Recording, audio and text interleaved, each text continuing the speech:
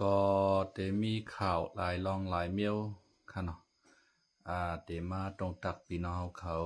เหนือ Facebook เหนือ YouTube เหนือออนไลน์ในค่ะเนาะเขาขามาตัวข่าวออนตั้งสุดในค่ะเนาะ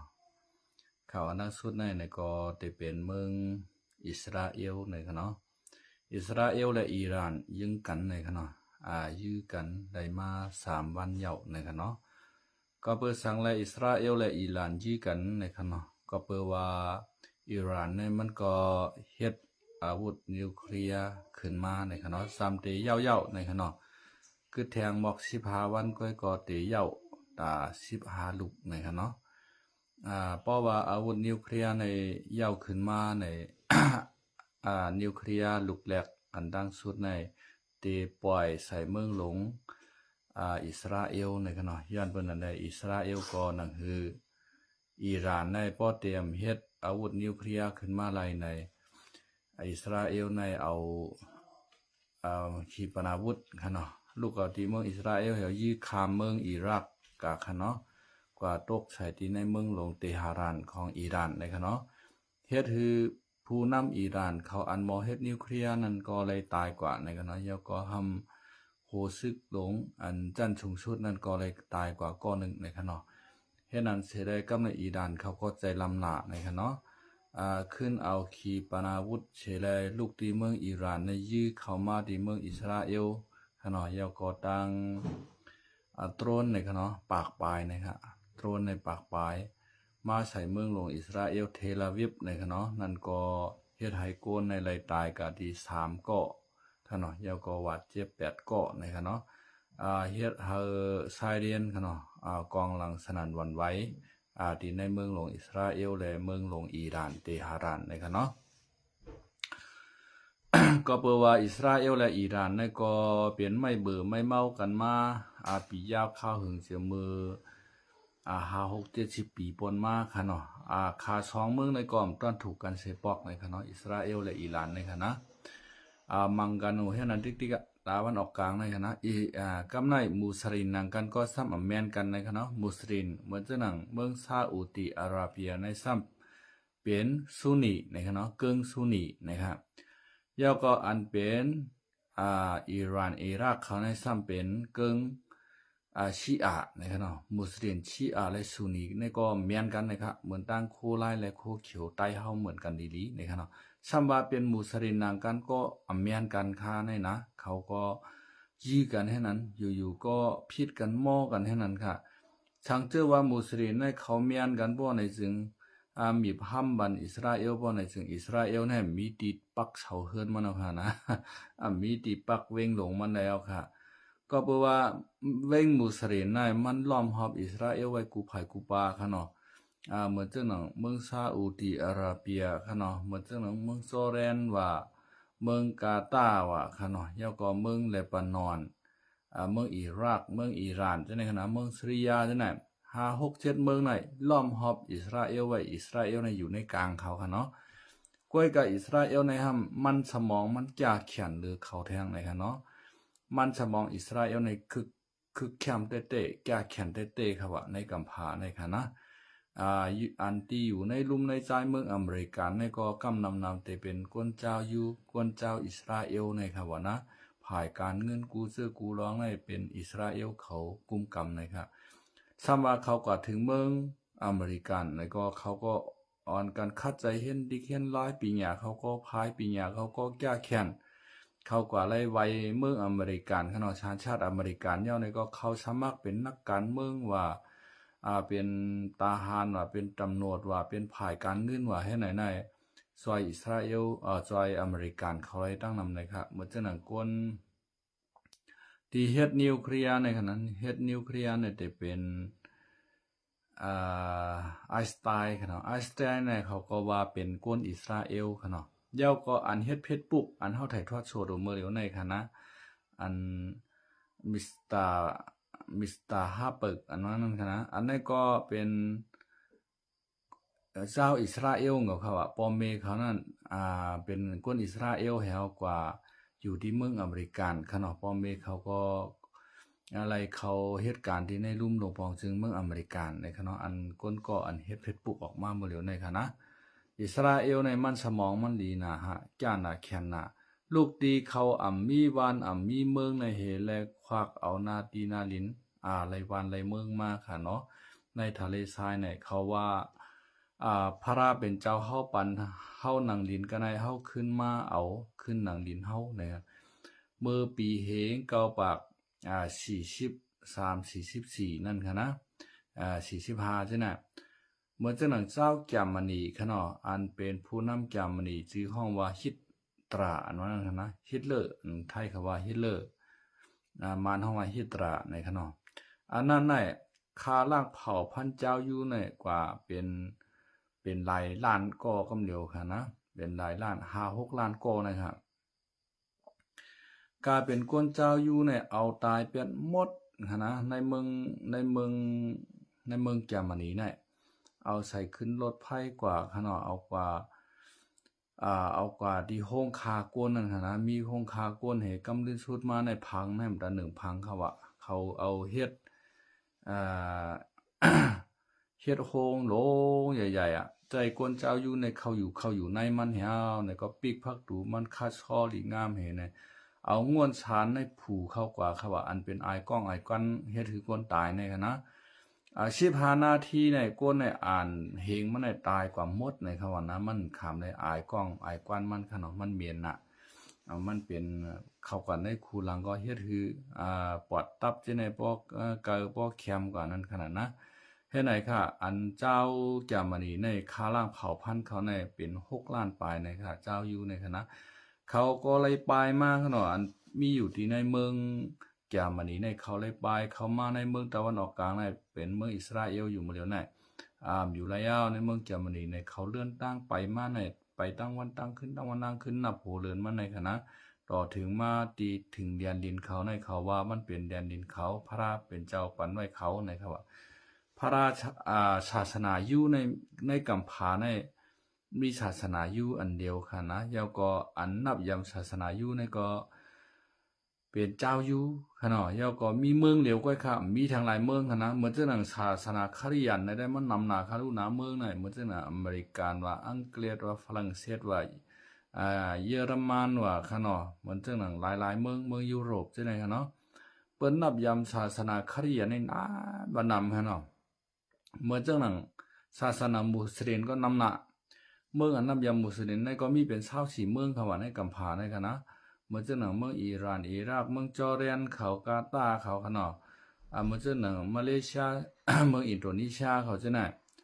เมืองบรูไนเขาจะไหนขนาดเชติมอร์เลสเตเขาจะไหนมันนำหนาค่ะอ่านป้อมไรขนาดมันก็มีเป็น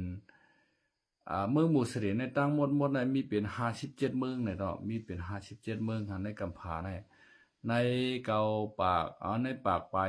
93จึงเมืองในเมืองมุสลิมในมีเป็น57 เมืองกำเดียวในค่ะเนาะนำหนะเมืองภาษามุสลิมในค่ะนะมันก็นำเต้ภาษาเมืองภาษาคริยันก็นำหนะค่ะนะกำในภาษาพุทธาเฮาซ้ำมีหลายเมืองในค่ะเนาะมีอยู่5 เมืองในค่ะว่าเทวราวัดาเฮาในค่ะนะแต่มีอยู่ที่เมืองมานเมืองไทยเมืองลาวเมืองกัมพูชาค่ะเนาะแล้วก็เมืองศรีลังกาในค่ะเนาะมี5 เมืองค่ะเพราะว่าศาสนามหายานค่ะเนาะพูดเท่านั้นมันได้มี2 เมียวพูดเถรวาทพูดเลยพูดมหายานค่ะเนาะมหายานในได้มีอยู่ที่เมืองเขค่ะเนาะแล้วก็เมืองเกาหลีใต้และเมืองญี่ปุ่นในค่ะเนาะ3จึงเมืองปาเมืองเวียดนามค่ะเป็น4จึงเมืองค่ะเนาะอันในพูดมหายานค่ะเนาะเทราวัตมหายานก็ได้มีอยู่ที่5 เมืองโฮม4 เมืองก็ได้เป็นอยู่9 เมืองนะครับเจ้าก็ อันศาสนาอันนำเลยเสเปิ้นชุดในกัมพาในซ้ำเป็นคาริยันนะครับเนาะหมาย2 มากก็เป็นมุสลิมหมาย3 มากก็เป็นชาวพุทธค่ะเนาะหมาย4 มากก็จะเป็นฮินดูนะครับเนาะ กวยกากวนคืออิสราเอลในใจเขาเกียนใจเขาเขียงใจฮัดใจหันค่ะเนาะใจขี้โกขี้ยานก็มีสติวิริยะสติปัญญามันก็หลีปีญาตั้งหูตั้งจ้าตั้งแขนตั้งหมอมันก็จ้าค่ะเนาะ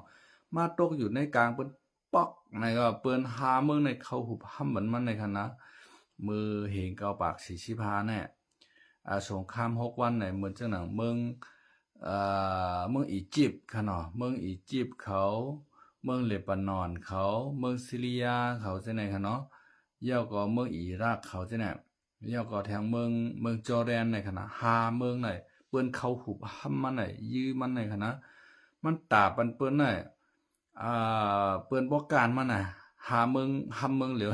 ไปเปเมืองเหลียวแทนก่อนค่ะมันชะมองเขาแก้แค้นน่ะเจ้าอยู่ในค่ะนะเย่าก็อันอยู่ภายหลังมันทำให้จอยแถมมันเป็นพลาในเป็นอเมริกันค่ะจอยแถมเครื่องกองกลางลักนักมันกูเจอกูเมียวขนาดตามมันติดต่อชูมุสลิม5เมืองในไรอาราบ5เมืองในไรนั่นค่ะนะกำในอาราบ5เมืองในก็เลยตั้งกำแถมที่โซเวียตขนอมาตาบกันมังกันให้ปันอิสราเอลในเขาก็เป็นอิสราเอลต่อถึงอิสราเอลปกควักเลยนาตีนาลินเฮเลต่างเมืองหลอดเลี้ยวก้อนโขมาต่อถึงวันเมื่อไหร่ค่ะต่างจากต่างเขียนอิสราเอลเขาในเฮ็ดสั่งไรพองไหนกันเนาะเขาเฮ็ดฮือหมินค่ะเฮ็ดกาแต่งกองกลางลากนักเฮ็ดรถเฮ็ดกากูซื้อกูเมียวอันเปิ้นหมอเฮ็ดอันเขาก็หมอเฮ็ดเหมือนเปิ้นหมดค่ะนะว่าฮือตึกฮือยื้อค่ะเนาะฮือวินปึกไอ้เปลี่ยนปังกานั่นขนาดนะย่อก็ต้อหนังเอาน้ำทะเลเนี่ยน้ำทะเลน้ำเจียมเกลือนั่นค่ะนะเอาขึ้นมากันกองให้เลยเฮ็ดกินน้ำดื่มน้ำสะอาดให้ส่งขายเมืองนอกแทนค่ะปีหยามันสมองเขาได้ดีนะค่ะนะเขาเฮ็ดไฮเฮ็ดตรงเฮ็ดหน้าเนี่ยเฮ็ดโซนค่ะเนาะก็เปิดว่าเมืองเขาได้เป็นทะเลทรายปกคุดลงกับตันไก่ย่ามบักหินเจ้าในเฮก็ผูกช้างก้อมเลี่ยมไข่ออกน่ะได้จางก้นไทยเขาก็ผูกมันเขาค่ะนะกวนไทยในเขาก็ซ้ำเขียนรองการภายผูกซ้อมค่ะก็เพราะว่าเมืองไทยในเป็นเมืองการผูกซ้อมกวนไทยกว่ากินจ้างเขาผูกซ้อมใน1เหลือในรายเงินไทย60,000 70,000ค่ะว่าเพราะมันนับเป็นเงินไทยในคณะรายเงินเมืองอิสราเอลในย้อนเปิ้นนั้นแหละกวนไทยในก็เหตุการณ์ที่เมืองเขาในนำหน้าอ่าน60,000มันค่ะเนาะมันเป็นจังไหนรายย้อนเพราะว่ามันรายเงินเลื่อนสูงย่อก็เขาเฮ็ดมักคือโซมมักไม้มักวักตั้งกินออกกูเจอกูเมียวแหวขายทั่วโลกกำผาในไรเงินมหาศาลหลังไรเขาเมืองเขาข้างนอกย่อก็เขาเฮ็ดเครื่องบินว่ารถแต่งกาตึกกูเจอกูเมียวในส่งขายออกนอกเมืองข้างนอกเฮ็ดโดรนว่าในกูเจอกูเมียวขนาดมันสมองเขาในมันดีนะค่ะอิสราเอลในเมืองเขาก็ซ้ำปลายมีน้ำมันแทงให้ไหนใต้เฮาขาและตั้งอิสราเอลนายไหนป้อเฮาขามาแตกกันค่ะเนาะมันไปขึ้นอิสราเอลง่ายๆค่ะนะไปขึ้นอิสราเอลง่ายๆเจ้าเสือขันพาวการเฮ็ดไว้ปันเมืองใต้เฮาในกว้าง65,000เหงลักปันโมนในค่ะนะใหญ่กว้างใหญ่ไพศาลกว่าเพียวเมืองเขเมืองอยู่นานปุ่นกว่าเพียวเมืองกราเมืองอาสัมอาโหมปุ่นมาเพียวเมืองลาวเมืองไทยในเมืองมาในอุบหมดค่ะเพียวยันกรุงมันตะเรปุ่นเจ้าสือขันพาวค่ะอุบหมดคณะอุบเพียวเมืองมอนหมอลำใหญ่พุ่นกวนก็เปิดว่าไว้มันเจ้ารับตาลืมเมืองกันมาปุดมันเจ้าต่อถึงมาเมื่อเหลียวไหนมันเขียนเหมือนมันเอาขนาดนะลูกดีเฮาเป็นเจ้าหอเสียงให้มาเย็นเป็นเจ้าหอคำลูกดีเฮาเป็นเจ้าหอคำให้มาเย็นเป็นเจ้าผ้าลูกดีเจ้าผ้าอย่ามาเฮ็ดเป็นก้นตุกก้นยาก้นผ่านผาดวานยานเมืองนั่นน่ะแต่ใต้เฮาไหนกันนะช่างเจอว่าใต้เฮาในกัดแขนเมืองเหมือนเมืองอิสราเอลเนี่ยเมืองเฮาเนี่ยมันตกกว่าไตขี้คามานจังไหนครับพี่น้องเขาค่ะเนาะอิสราเอลในเลยว่าแก้แขนเต้ครับเมื่อเรียนในเขาเฮ็ดนิวเคลียร์เนี่ยเขาก็มีค่ะนะเขาก็มีนำเหมือนกันมีเป็น7-8-90ลูกเหมือนกันค่ะอิสราเอลในคณะนิวเคลียร์เขาก็กาเขาไว้เฮกลางเมืองเขาช่างเจอว่ามีเมืองไหลเอานิวเคลียร์มาปล่อยใส่เขาก็ได้พร้อมปล่อยนิวเคลียร์ใส่เมืองเปิ้นกำเร็วนะคะมันเป็นจังนั้นช่างเจอว่าใต้เฮาขาในมีใจแก่นใจแข็งฮัดเฮาหานเหมือนอิสราเอลขนาดมีมันสมอที่ลีเหมือนอิสราเอลในเมืองใต้เฮาในขึ้นใหญ่ไม่สูงคือจันกำพาเมืองใต้เฮาในหมอเฮ็ดเฮอหมินกาแต่งส่งขายออกนอกเมืองขนาดในเมืองเฮาขาในมันมีดังถาดยูเรเนียมอันนั้นค่ะนะถาดแคดเมียมไหนจะไหนมันมีค่ะอันมือปีกายเนี่ยค่ะเนาะเขาว่าจุ่มยิบกองกลางลักนักอยู่เรียนดินใต้ไทยไหนจุ่มหนึ่งขายถาดแคดเมียมบันนอกเมืองในค่ะเนาะอิหร่านในค่ะนั้นเป็นข่าวลงลังกำหนึ่ง เมื่อเจ้าหนังตั้งข่าวปลอมข่าวพังจุ่มหักหลังเจอจัดกำพองซัมบาRCSS ขายทัดแคดเมียมอันเมียมเฮ็ดหมักนิวเคลียร์อะไรนั่นปันอิหร่านนะครับว่านะเอาอันในใส่ลายป้ายสีพันRCSS ก็ขึ้นมาปืนเผาขึ้นว่าRCSS อะไรเกี่ยวข้องอะไรกับกายนะครับเนาะในเมืองเฮาไหนมันมีถาดแคดเมียมถาดยูเรเนียมตัดเดเฮ็ดหมักอาวุธนิวเคลียร์ดังนั้นตั้งหลายเปิ้นคาไรน่ะค่ะทาดในคณะเมืองมหาอำนาจเปิ้นคาไรน่ะว่าจังหนังเมืองเขในคาไรเปใจเขเขาก็เฮ็ดออกตั้งวันนั้นขึ้นกันนะแต่เฮ็ดนิวเคลียร์ว่าแต่เฮ็ดกูเจอกูเมียวเฮถาดในแผ่นดินเมืองใต้เฮาในน้ำได้นำมาเขเขามาคูดให้ชื่อกว่าเหมือนจังถาดฐานหินเคมีกูเจอกูเมียวปอดของในตอกเมืองเขพุ่นน่ะเฮาในห้อมมีปิญญาตั้งมองหูจักเมียวมันเฉมกาช่ำปลายปันเปิ้นมาคูดเอากว่าอันมีกาใหญ่ขันหลงในเมืองใต้เฮาในกวนเมืองใต้เฮาในขามจ้าจามจ้าสังเสเจอเสเมียวอันกวนเมืองใต้เฮาไรในเอาขี้ผลขี้เงาขี้กวนมันฉุดเข้าคูหลังเฮาเปลี่ยนลกมาเล่นกินชากันเฮตายกว่าติ๊กๆกันนะเมื่อเจ้าหนังตั้งสีเสียงปางร้องในก็มีค่ะกรมมณีเขเขามาคุดกว่าในเฮ็ดถือกวนในปืนตีในหญ้าขี้ผุ่นมันเหี่ยวและจับยอกกันตั้งเปลี่ยนกินชากันในนำได้นำว่าค่ะสีเสียงปางร้องก็มีค่ะเนาะตั้งลายคาเมืองกึ่งในมือเหลียวในจุ่มตาปองจู่เขามาพื้นแผ่นดินเมืองกึ่งลายคาในกลางป่างตรงหน้าในบนลาบาเช่นเอาลวดชิบลอดชิบเบ็ดลอมันโตกว่าร่างบางสร้างเขากว่าร่างเมืองเขบนค่ะเนาะพี่น้องเขาอันในกลเมืองเฮาขามในจามจ้าขามจ้าสังเสเจอเฉเมียวมีศึกแต่ปองจู่เขากำพองค่ะเนาะอันจะเป็นหัวเปาเขานั่นเปิ้นขึ้นขายกะไรเงินในเมืองเขมาให้เปิ้นซื้อเฮอหมินกาตึกกูเจอกูเมียวตัดเดขึ้นมาคาล่างเผาพันไตเฮาค่ะ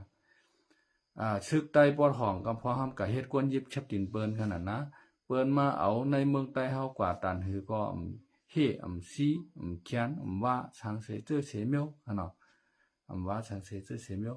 ก็ไม่เขเขาซื้อกว่ายาวเขเขาก็เฮ็ดอาวุธนิวเคลียร์ขีปนาวุธกูเจอกูเมียวสั่งซื้อว่าอเมริกันเขาใครก็ขายต่อว่าอเมริกันในมือปวนมาเดินป้วนแน่อเมริกันคืนภาษีน้ำเขาของเมืองเขนเปลี่ยน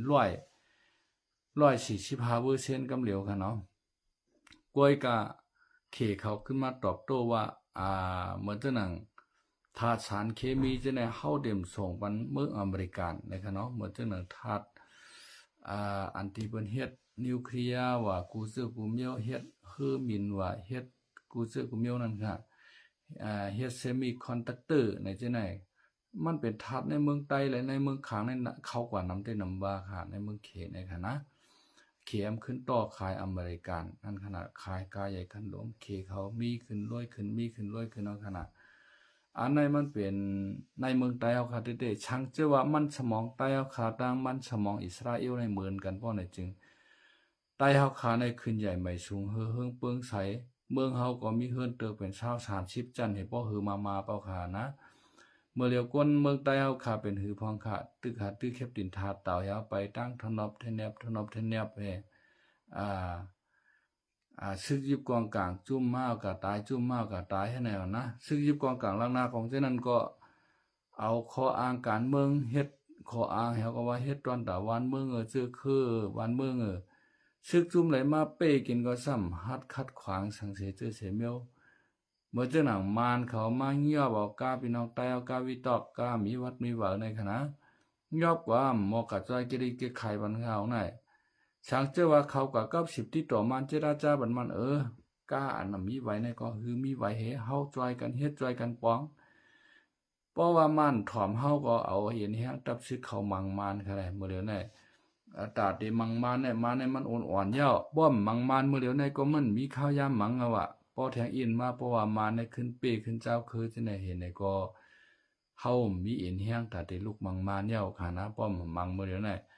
เมื่อเดียวได้มันเป็นปล่อยกีปล่อยกองมันก็เอ็นแฮงมันยุบย่อมนำหนาเย้า พอซึกไตเอาขาดดัง2จุ่ม3จุ่มในกลุ่มกวาดไก่ไปต้วยเปิ้นเป้กินก้นเมืองใต้เฮาที่แกตาก้นเมืองใต้เฮาก็ป้ายขามและก้อยปลายก้อยหายก้อยปลายก้อยหายก้อยวายกับติ๊กๆคั่นเนาะ เมื่อเหลียวในจุ่มโคลายโคเขียวขากอมตึกกันนำยี่กันเย็นอยู่สีให้ในฐานะวันมามันเตตึกกันยี่กันมังกันขึ้นทางห้างป้อมเปลี่ยนอันเดียวกันเห็นได้แต่พอตึกกันยี่กันมังกันยาวในมันทำกับเขาตั้งเผอซ้ำขึ้นกับเขาตั้งมันกับเขาตั้งตะป้องจู้เฮาหนังกันยี่กันมังกันให้ไหนมันรอดยี่ค่ะเย็นหนูให้ไหนนะมันตื่นแต่ไรมังกันทั้งกำค่ะมีกาก็ไปไลโกมานอยู่แทงคาเนาะเจ้าค่ะมีกาก็ตึกหาไลโกมานแทงอยู่ชึกเฮาในหลไลกะเจราจากันทั้งมันนั่นคือมานนั่นพอได้เฮ็ดปันไวฮอกาคนเมืองเฮาเนาะไผก็ใครเฮ็ดไวฮอรถฮอกาในค่ะนะก้วยกามานเขาเฮ็ดปันน่ะเมืองไทยในมันหลายคารู้บ่เฮามีไวฮอรถฮอกากว่าญาติตำรวจตั้งหลานก็ยึดเอารถเอาก้าวแต่ว่าหนังคือบ่ได้มีไหวรถก้าวเปิ้นเฮ็ดปานนู้นสิ24ชั่วโมงขนาดนะ24ชั่วโมงก็บ้างเอาคั่นเนาะ5โมงกลางค่ำต่อถึง8โมงกลางในต่อถึง4โมงกลางค่ำคั่นเนาะเปิ้นก็เฮ็ดปานนู้นกูมือกูวันค่ะที่ขนส่งในคณะเมืองไทยน่ะ1 ปี 1 ปอกก็เลยกัดต่ออายุภาษีมันแหรถยนต์ก็ 2,000 ปลายรถเครื่องก็5-600ไหนก็นั่นก็ขนาดในสังซึกไตเอาคาหมอกะเจรจาบันมานคือมาในเฮ็ดปันเฮาภาษีเฮาในเฮาเต็มไรเสรถเสกาเฮาเตรถกาเฮาเต็มถูรีได้ยึดกะนั่นขนาดนะในแต่ก็โปรแกรมลัดมาก็ว่าเฮาได้เอาหน้าอกเฮ็ดตำเติงเฮ็ดปันการปอมเมก้นเบิ่งเฮกังเจือจัดวันเบิ่งเฮกังปอมเมก้นเบิ่งมันมาเฮกังสัง นะกาปอมเมก้นเบิ่งเฮาก็ตับซื้อเฮาก็มจ่วยแต่เกียรติเฮกังวันไลคั่นเนาะนั่นน่ะยอก็มันโหลยื้อมาในโหลยื้อเมื่อเร็วในค่ะเมื่อเร็วในมาในมันอ่อนๆนะเย้าป้อมยื้อเมื่อเร็วในแทงอินมันมีเฮียมากขึ้นน่ะมันจังก็ยื้อมาเนาะค่ะนะมันจ้ายื้อมันห้ามว่ากูมันตุ้มเตอกวนเบิ่งมันปอตุ้มเตออยู่ยาวเมืองใต้ปอห้องห้ามก็เป็นเว้งเอาค่ะนะอันนั้นเฮาใต้เฮามันก็ยื้อมาในซึกต่างเจ้าคือซึกปลองเขาโกกังเขาอยากแข่เขาคางเขายื้อมาในใต้เฮามันเลยปลายเนี่ยใต้เฮาก็เลยปลายอยู่ขนาดนะซึกใต้เฮากวาดกวางเฮาก็ปลายอยู่ในห้วยในลอยไปถ่อมเสียงกองเสียงหมากเปิ้นยื้อกันตรงนั้นกวนหวานเฮากำมาเปิ้นเอากะตายว่ากำปรองเอากะตายว่ากำโกกังเอากะตายว่าให้ไหนซ้ำกะเกียดขี้กังปันขนาดนะเนี่ยอิสราเอลเลยตั้งใต้เฮาในนั้นเปิงกันผ้าลายเหรียญขนาดอิสราเอลในเพราะว่าอายุ18ยาวอำว่ายิ่งอำว่าใจอำยกเว้นดังค่าเฮิรนกันนะแต่ได้เฮ็ดซึกกูเกาะข่าวตั้ง3 ปีขนาดเปิ้นมีเฮ็ดซึกแต่3 ปีค่ะอิสราเอลในกันนะใครมีหลายก็มีลูกมีเป็น10ก็เลยก่อดัง10แต่เลยหาบการซึกกันกูก็เปิว่าโกนเขาในอยู่ในเกกลางเปิ้นอยู่ในเกกลางเมืองอาราพาเมืองเมืองมุสลิมในล้อมหอบมันฮู้ว่าเปิ้นได้เข้ามายื้อมันมื้อไหลวันไหลมันก็หลุดไหลมีแฮงซึกกูก็ในกูไหลเปลี่ยนซึกมาร้อนๆว่ะเมืองอิสราเอลเนี่ยมีว่าก็ในไหลเฮ็ดก็ในไหลเฮ็ดเปิ้นย้อนมาวาน2เกาะ3เกาะเหมือนใต้เฮาค่ะนะใต้เฮาคานมาวาน2เกาะวาน3เกาะให้ไหนนิ่งกันกว่าได้จ้างกันกะค่ะอันนั้นเปิ้นเอากว่ากูเฮือนค่ะนะเอากว่ากูเฮือนก้อยกับเปิ้นเอาความมือเดียวกันพอเปิ้นเอากับปีอ้ายงาพอเปิ้นปล่อยมาปีอ้ายเอาน้องกว่าแทงให้น่ะ3 ปีเนี่ยนึงก็ก้อยน่ะพอมีปางตึกซึกเสือมาไหนเขาก็อ่อนกันขึ้นปอกเมืองเขารวยตีรัฐบาลเนี่ยหลายห้องนะเมื่อฮักก้วยเจ้าเก่าเขาฮักเมืองเขาดันหน้าอิสราเอลในค่ะนะมือเหี่ยวก็มือเฮ็ดซึกค่ะเนาะมือลงรายชื่อรายเสียงขึ้นเนี่ยก็มือเฮ็ดซึกกะตึกค่ะเนาะย้อนเปิ้นในเมื่ออิสราเอลในมันก็ห่างเฮียนไว้ตัวตันเข้มแลบเยาก็เขามีเครื่องไอรอนโดมในค่ะเนาะไอรอนโดมในก็อำว่าเฮอหมินอำว่าหมักลงขีปนาวุธหมักหนูไผกูจึกกูเมียวป้อมันปล่อยเขามาในเมืองเขานั้นมันเอาไอรอนโดมใน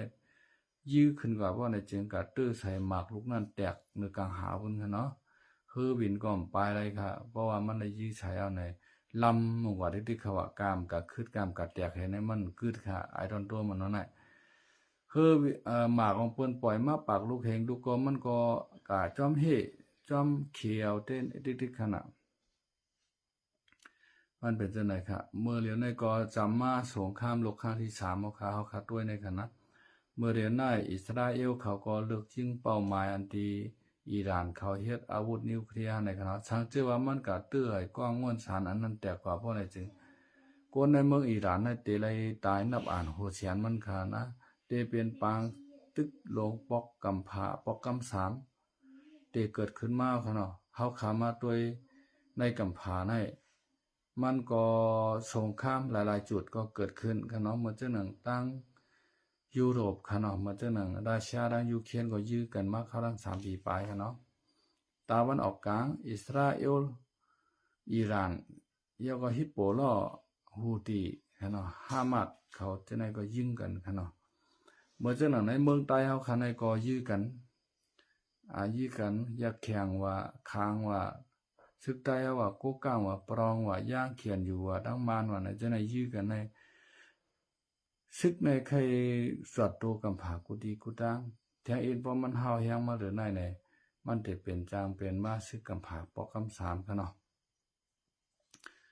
มันเป็นจังได๋ครับเมื่อเดี๋ยวในอิสราเอลและตั้งอิหร่านในก็ตอบโต้กันกว่ามาไม้ในครับก็ยื้อต่อมาเมื่ออยู่ต่อก็ให้ไหนกำในเหมือนจังนั้นเมืองไทยเนี่ยก็คำเมียนค่ะเนาะคำเมียนในก็ค่าไรหนังดินเมืองไทยมาแทงค่ะเนาะ1 ตารางเมตรต่อ2 แสนในก็ว่าเขาค่าไรนั่นค่ะนะอุบก็ซ้ำปันอุบกันดีๆไหนยาวก็นายหุ่นมันเนียดในก็ซ้ำมาเขาปางกุมค่ะนะเมื่อไหนเมื่อว่าเมื่อไหนค่ะเนาะห้ามสั่งลูกน้องมันมากไว้สำว่าเตรียมเลยเอารองเรียนดินสีตีนั่นเข้าอุบจ้อมให้ไหนวะนะในมันเฮ็ดคือแข่งการซื้อกันค่ะเนาะแล้วก็อิสราเอลใจอันเป็นกัมพูชาเขาก็ญาปิกหลานเฮในก็เลยมาเหตุการณ์ตั้งดีตั้งงามนั่นขนาดนะในก็จะเป็นรองทุกข่ายหยับใจก้นเมืองเขาออกเมืองกัมพูชาและเมืองไทยค่ะเนาะได้ก็งากันหัวค่ะหัวมันแตกวันใดค่ะเนาะมันก็แตกแล้วกำในตั้งเมืองใต้ปอทองค่ะเนาะเมืองใต้ปอทองในซึกปรองเทียนเอาเห็นที่ซึกตั้งตั้งหลายคืนมาหลอดตึกซึกพีในค่ะเนาะที่หู้สวนนะครับที่วันหู้สวนที่อยู่โคราชกูปอกค่ะเนาะเมื่อวันเมื่อไหนค่ะเนาะวันที่16ในเดือนธันวาคมปี2025ในซึกปรองเทียนค่ะเนาะเอาเอ็นแห้งซึกตั้งหลายเหตุขึ้นมาหลุดตึกนะครับเพื่อกะว่ามันเป็นข้อความภายเขาลาได้ขนาดนะซึกปรองเขาบาดเจ็บตั้งหลายก็เลยถอยออกกขึ้นเนี่ยเฮาขายินความผ่ายเหลวไว้ในไปจังยุ่มไรครับ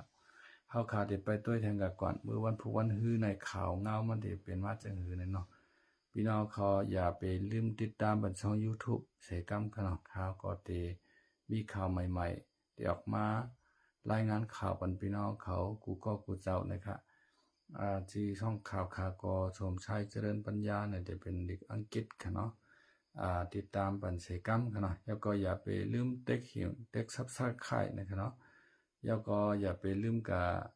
ติดตามช่อง YouTube ของใจวันค่ะเนาะน้องใจวัน